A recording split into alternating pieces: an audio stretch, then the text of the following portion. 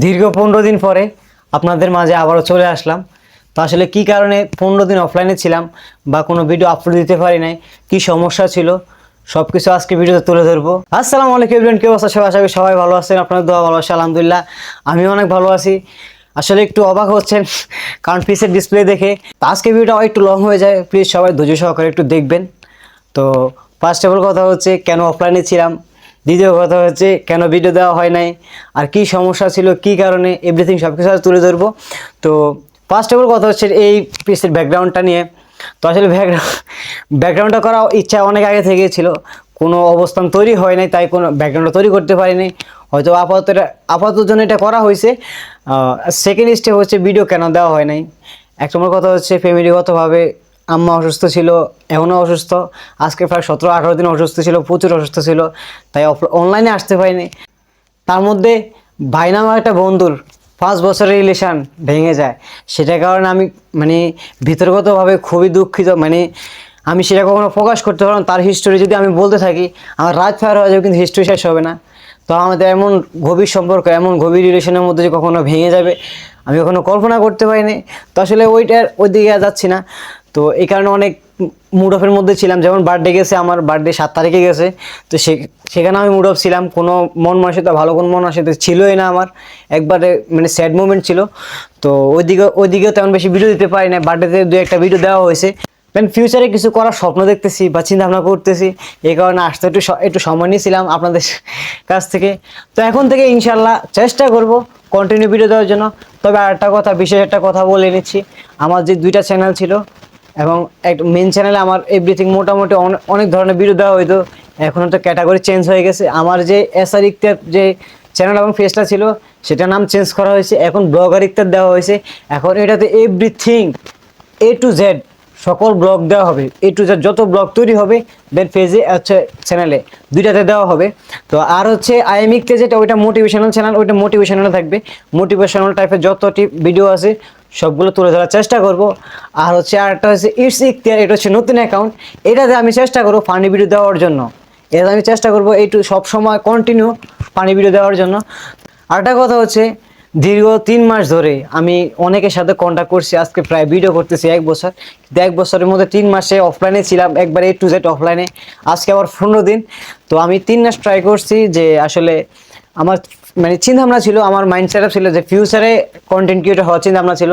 এখনও তো ব্লগারের দিকে কনভার্ট হওয়ার চিন্তাভাবনা আছে, ভাগ করতেছি, প্রিপারেশন নিতেছি। আমার কথা হচ্ছে ফানি ভিডিও নিয়ে কাজ করার চিন্তা ভাবনা ছিল, অনেকের অফার দিয়েছিলাম।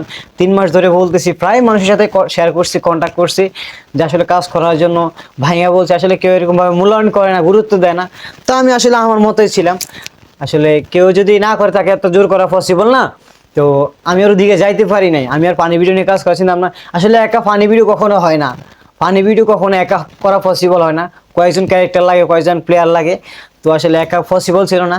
যাতে একাই আসি, যাতে কেউ পাশে নাই, যাতে কেউ ধারে, কেউ হেল্প করার জন্য কেউ থাকে না, কেউ পাশে থাকে না। তো একাই ইনশাল্লাহ চিন্তা করছি যে ব্লগ ভিডিও তৈরি করবো, এটা তো একলা পসিবল ইনশাল্লাহ।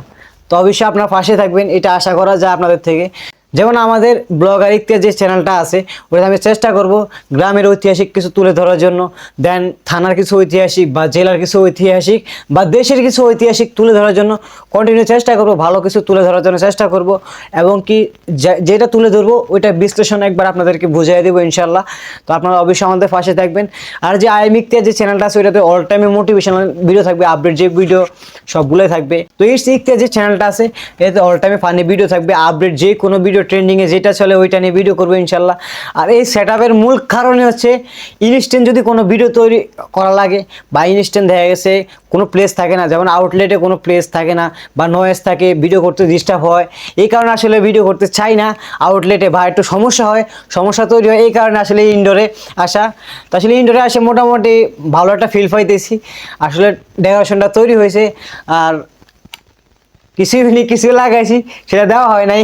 তো যাই হোক ইনশাল্লাহ চেষ্টা করব আইএম ইখতিয়ার আর হচ্ছে ইটস ইখতিয়ার 2টা চ্যানেলের ভিডিও এখানে থাকি দেওয়ার জন্য।